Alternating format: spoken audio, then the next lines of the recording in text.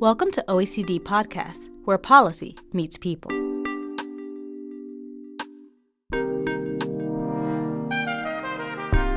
Most people have heard of gross domestic product, or GDP, the go-to number to evaluate an economy's performance. It's often referenced in the news, sometimes directly, other times implied in discussions of economic recession, recovery, or boom. But other indicators, further removed from the limelight, are also vital for economic analysis. For example, real household disposable income helps us to monitor changes in money that households have available to either spend or save for the future.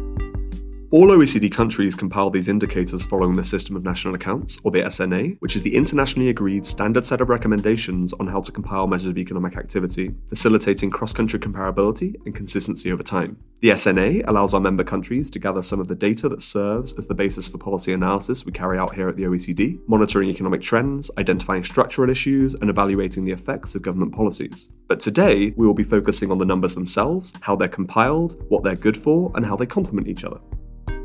I'm Ashley Ward, and I'm here to open up the world of GDP and real household disposable income with the help of some brilliant colleagues from the National Accounts Division of the OECD's Statistics and Data Directorate. Our first guest is Sofia Ferrari, a statistician in the Quarterly National Accounts Unit and the owner of my favourite coffee on this floor. Hi, Sofia. Hi, Ashley. How are you? I'm good, thanks. So let's just start with the very basics. What is GDP? Why is it crucial in understanding a country's economic performance? Well, GDP stands for gross domestic product.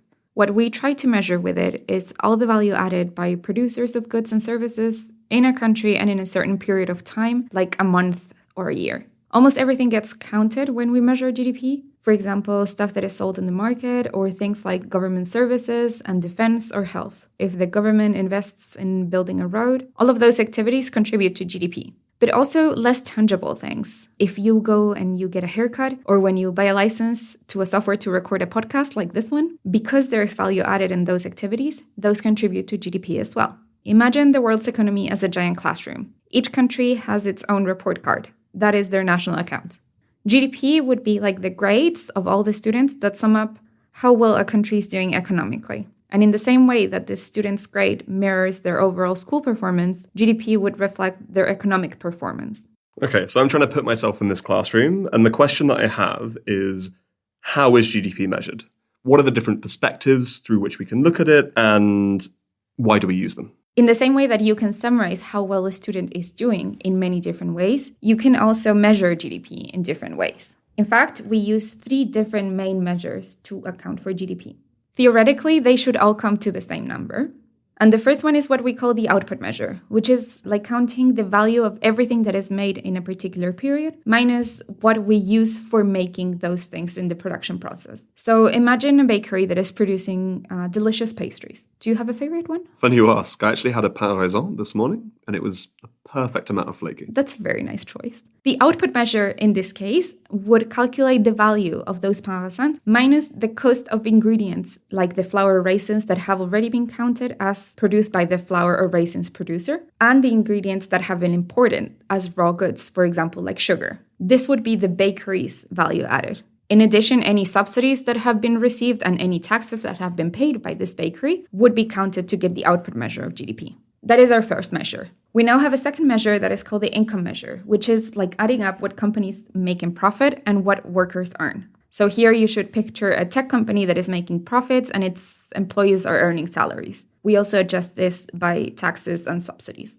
And lastly, we have the expenditure measure, which is our third one. And here we take a peek at everyone's wallet and we track how much everyone spends on things. We tally up what individual businesses and the government spend on things made in the country specifically. But we also look at what the country sells to other countries and what it buys from them, which is what we know as exports and imports. If people buy cars, if the government spends money on education, or if businesses invest in new technologies, all of that goes into the expenditure measure. And in the end, the national accountant's job is to compile all of these 3 measures to make sure that the numbers result in the same total, so that the expenditure measure is equal to the income measure, which equals the output measure. Okay, so now we have an output measure, an income measure, and an expenditure measure, which to me makes it sound like national accountants are doing 3 jobs. What does the work look like behind this number? Where does the data come from, and how is it processed? Well, the compilation of GDP and for that matter, of the whole larger set of national accounts, is usually under the responsibility of countries' statistical institutes and central banks, or both. There are teams of national accountants that are working in these places to produce the national accounts and GDP.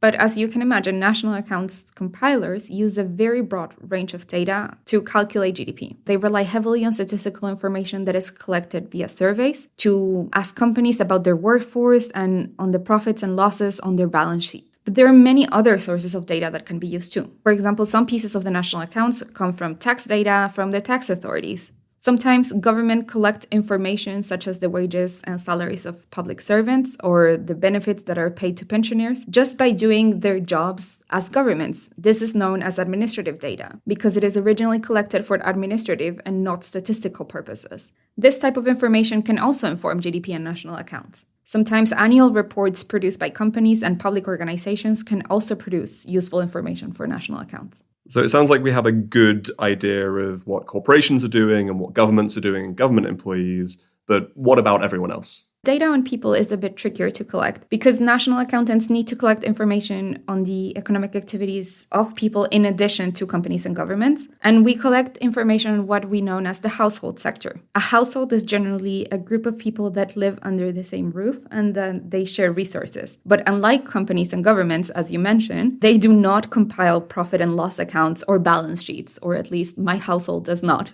Their information instead might be obtained via surveys in which people are asked about their income or how they use their time. And these are very important pieces of information. However, these are usually quite expensive to collect. They're very time-consuming to analyze and to respond to. And not everyone feels comfortable sharing this type of information with statistical offices. So sometimes national accountants prefer to use administrative data from other sources. We can calculate wages and salaries indirectly as the sum of the wages and salaries that are paid out by firms and by non-profit institutions and by public organizations. And then we can use information on retail sales or on car registrations, for example, to provide information on household consumption. And once we have all of that data, we're still not done. We still do not have a final GDP number. Data collected from these various sources of information needs to be transformed into the definitions and concepts of the System of National Accounts manual to ensure that they are the same across countries. National accountants also compare the estimates from different data sources with each other at very detailed levels of goods and services, which is what we call confrontation. The aim of this is to produce consistent totals for GDP measures across the three measures that we talked about before, the output, income, and expenditure. And it also helps close possible data gaps and to improve the estimates by making cross-checks. You can think about it as a giant Sudoku puzzle. You would need most of the pieces in order to complete the puzzle, but if you're missing one, you can use the rest of the board to complete the numbers that are missing in the national accounts framework. You can also correct any mistakes that you have made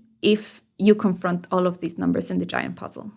Well, I'm glad we have experts like you doing this giant Sudoku puzzle instead of me. But we're always looking at the OECD for timely, reliable, trustworthy data. How do you go about making sure that this vital number, GDP, which is used in so many areas of policymaking and the OECD's economic outlook, for example, how do we make sure that that data is available at the right time? That is a very good question, and that is a problem that national accountants often have, and is that it takes time for all of these entities to draw up their accounts and for the administrations to collect and to process all of these data. That means that some of the data that we need to compile GDP may not be available in good time or as soon as we would like to have it. So sometimes we need to revert to alternative data sources for more timely estimates. For example, to produce quarterly estimates of GDP, so those are the ones that cover the 3 latest month period. Monthly turnover statistics may be used to extrapolate the value of output, and we use other data sources that we sometimes need to consider preliminary and that we then revise once the more detailed and more robust data sources become available.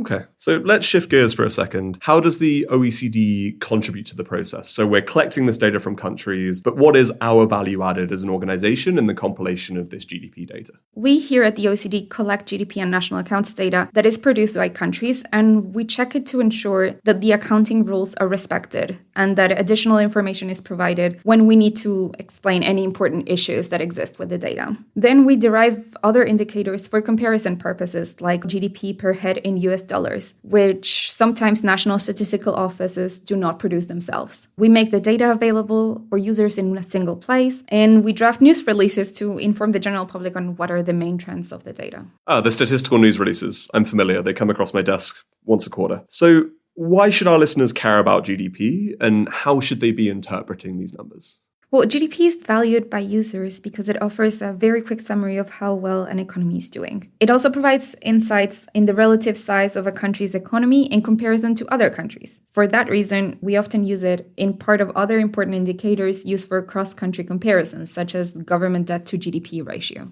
Usually, an increasing GDP would typically signal a healthy economy, while a contraction may prompt the government to consider implementing policies to stimulate economic growth. Here, we're looking at real GDP growth, which means correcting for the impact of inflation. The economy can really not be said to be bigger if the only thing that are rising are prices. So we actually want to see how much more is available in real terms. And using the different components in the national accounts framework, we can look at which sector of the economy is driving GDP growth, actually. For example, by increasing the government consumption, and then which part is leading to lower GDP growth. But as we have mentioned before, the main strength of the national accounts system is that it offers a comparable assessment of economies in different countries. An interesting point of GDP is that the international manuals that it is based on are constantly updated to reflect the evolution of the economic reality because we want to make sure that GDP stays relevant. The system of national accounts is currently being updated to reflect developments in globalization and digitalization, and breakdowns are being proposed to be able to distinguish profits made by domestically owned firms versus profits made by foreign-owned firms, and other updates that are going to make sure that GDP and other measures of the system of national accounts stay reliable. Sophia, sometimes it feels like policymakers and governments use GDP as the one economic indicator to rule them all. They use it as the only measure that really matters for them in terms of a country's economic performance or a country's economic well-being. But is GDP a straightforward measure of a country's well-being? Well, this is a caveat that we should mention, and it is that sometimes in people's minds, higher GDP is associated with improvements in well-being. And it is true that there is a link, but GDP cannot be regarded as a perfect indicator of well-being. If we go back to the classroom analogy that we had in the beginning, the grade of a student might not reflect how successful someone will be in life, because this will depend on many, many more aspects. In the same way, GDP might be an important input for well-being in a country, but overall well-being will be dependent on many more elements. Because of the increasing importance of well-being and sustainability issues, the upcoming update of the system of national accounts will also put more emphasis on specific elements that might be affecting well-being, such as the environment, healthcare, and education. Thanks, Sophia. That leads really nicely onto the next discussion. Thank you, Ashley. This has been great. So far, we've focused on GDP. It offers a summary of a country's economic performance. Increasing GDP signals a healthy economy, while a contraction may be cause for concern and possible government intervention. However, as Sophia said, GDP isn't a perfect indicator. The upcoming update to the system of national accounts aims to address this, focusing on elements affecting well-being like the environment, healthcare, and education. Going beyond GDP, an idea we embrace here at the OECD, non-financial accounts offer a fuller picture of economic well-being. And within the SNA, some indicators like real household disposable income can help us to better understand how the real economy is doing. For more insights, I'll turn to Philip Chan, who is an analyst in the non-financial accounts unit of the National Accounts. Hi, Philip. Welcome to the podcast. Hi, Ashley. Thanks for having me. Yeah, it's great to have you here. So, real household disposable income, which I mentioned before, is a bit of a mouthful. Can you help us to quickly unpack that? Sure. As your name suggests, it has three parts: households, income, and disposable. So first, let's take households. As Sofia mentioned earlier, in the national accounts, when we want to know about how people are doing, we look at groups of people who live together and share resources. The second part of that term is income. Of course, HDI is a measure of income, specifically income received by households. Now, this income can come in various forms. One, in the form of wages and salaries from working a normal job. Two, income received from self-employment. But it can also include returns from financial investments, for instance, receiving interest from a bank deposit or dividends from investing in the stock market. And in some cases, income can also come from social benefits that households receive from the government. And lastly, we have the term disposable, which means that it is the income that households receive after they have paid any taxes and social contributions. So all that is to say, HDI is the amount that is available for households to freely spend on goods and services or to save for the future if they have leftovers. Okay, so if I'm in a household, this is the money that either I can spend or I can put in my savings account for the future. But how does this HDI measure complement GDP, the number we were talking about before? What is it and why would we consider it to be an important addition? HDI is an important indicator because it is looking directly at households and their economic conditions. Now, this is a bit in contrast to GDP, which is very aggregated, looking not just at households, but the economy as a whole. It's important to look at HDI in addition to GDP because they actually focus on different things and they don't necessarily move in the same direction. There's a link between them, but one doesn't necessarily automatically follow the other. And that's because part of GDP benefits households directly in the form of self-employed people's income and wages and salaries of employees, as well as indirectly via interest received and dividends. However, some of the GDP goes to other sectors of the economy, such as the financial sector, and some GDP might flow out of the country, for example, to parent companies that are based abroad. There's also an important role for the government in redistributing income by collecting taxes and social contributions and paying out social benefits. So, if the economy is growing, meaning that GDP is increasing, that doesn't necessarily mean that HDI will show a similar increase.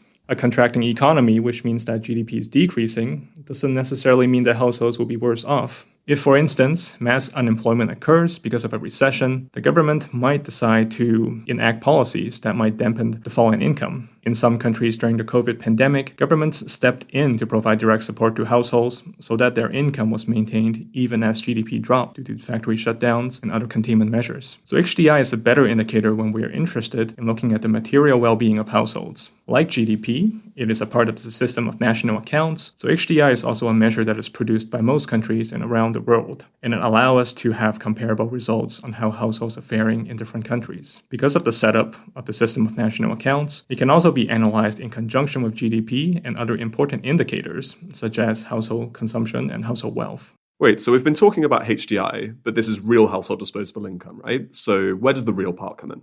So I should also mention that when we're doing analyses, we normally focus on, as you said, real HDI, which accounts for inflation. And that's the same thing that we do to adjust GDP. So if prices increase by 2% and household income also goes up by 2%, then nothing has really changed in the sense that real HDI remains the same. The idea of adjusting for inflation is the same for both measures, GDP and HDI, but there's an important practical difference here. We adjust HDI using a different measure of inflation, one that only covers goods and services that households usually consume. In contrast, the way we adjust GDP for inflation is much broader because GDP covers the whole economy. So in addition to goods and services that households consume, it also needs to factor in price changes for other goods and services, such as machinery, raw materials, and imported goods. To continue the classroom analogy that Sofia was giving earlier, GDP inflation would include, for instance, the price of blackboards, maintenance and hiring teachers, and the cost of keeping the school running. So all that is to say, by adjusting HDI using only items that households buy, it gives us a more accurate picture of how much households can actually spend and save. So you mentioned earlier the COVID-19 pandemic, and we know that GDP fell during COVID. How did GDP and HDI differ in their trajectories over that period? In normal times, that is to say without severe economic disruption, GDP growth and HDI growth usually move quite closely together. And for that, we did a study back in 2016, which showed that in the long run, the growth of the two indicators is quite similar for a majority of OECD countries. But of course, things changed when COVID hit Western countries in March 2020. As everyone recalls, governments across the world acted immediately to limit the spread of COVID. In a lot of countries, non-essential establishments were closed and people were encouraged to work from home. Many people were not able to work their normal hours, if at all, which resulted in a steep decline in economic activity. This meant that GDP fell sharply, and in many countries, it also meant a serious impact on households' income. At the same time, governments also took actions to limit the impact on households' incomes. Some governments subsidized employers to keep employees on the payrolls, while others increased payments for the unemployed, low-income families, and those with disabilities. In the US, the government provided direct payments to households. For some of the largest economies, the amount of social benefits that governments provided was some of the highest since the financial crisis of 2008 and 2009, and in some cases, it even exceeded the scale of aid provided to households during the financial crisis. So what does this mean in terms of the trajectory of the two, as you asked? It meant that they moved in opposite directions during COVID.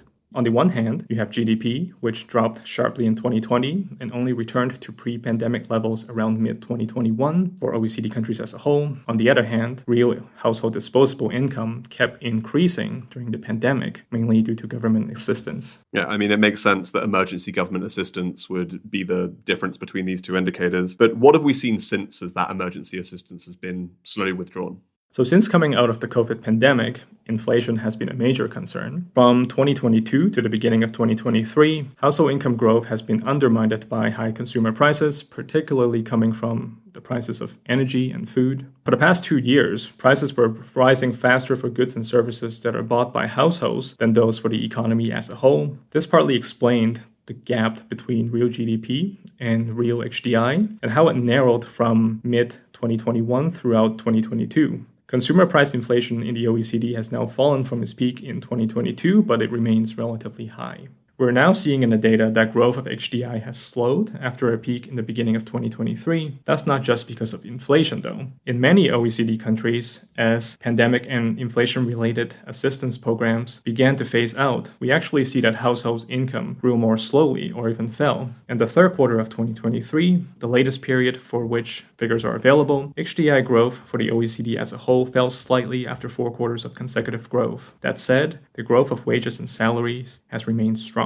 So looking ahead, as COVID-era policies continue to phase out and inflation, we hope, continues to fall, we'll see how HDI evolves in 2024. Thanks, Philip, for that additional perspective. Thanks for having me. That wraps up our glimpse into the world of GDP and real household disposable income. The output might just be a number, but the work of national statistics offices, central banks, and international organizations behind the scenes is clearly substantial. These indicators then help us to monitor our economic landscape, benchmark against similar countries, and influence key decisions by governments and other economic actors. A big thank you to our guests from the OECD Statistics Directorate for helping us to pull back that curtain. If you'd like to track the evolution of both GDP and HDI, then we have regular news releases and the data is available on the OECD Data Explorer. We invite you to take a look. Join us next time as we delve into more fascinating topics revolving around key stats and indicators. Until then, you can find us on X, formerly Twitter, or LinkedIn at OECD Statistics, or reach out to us via email at stat.contact@oecd.org. As always, stay curious and keep exploring the world of data.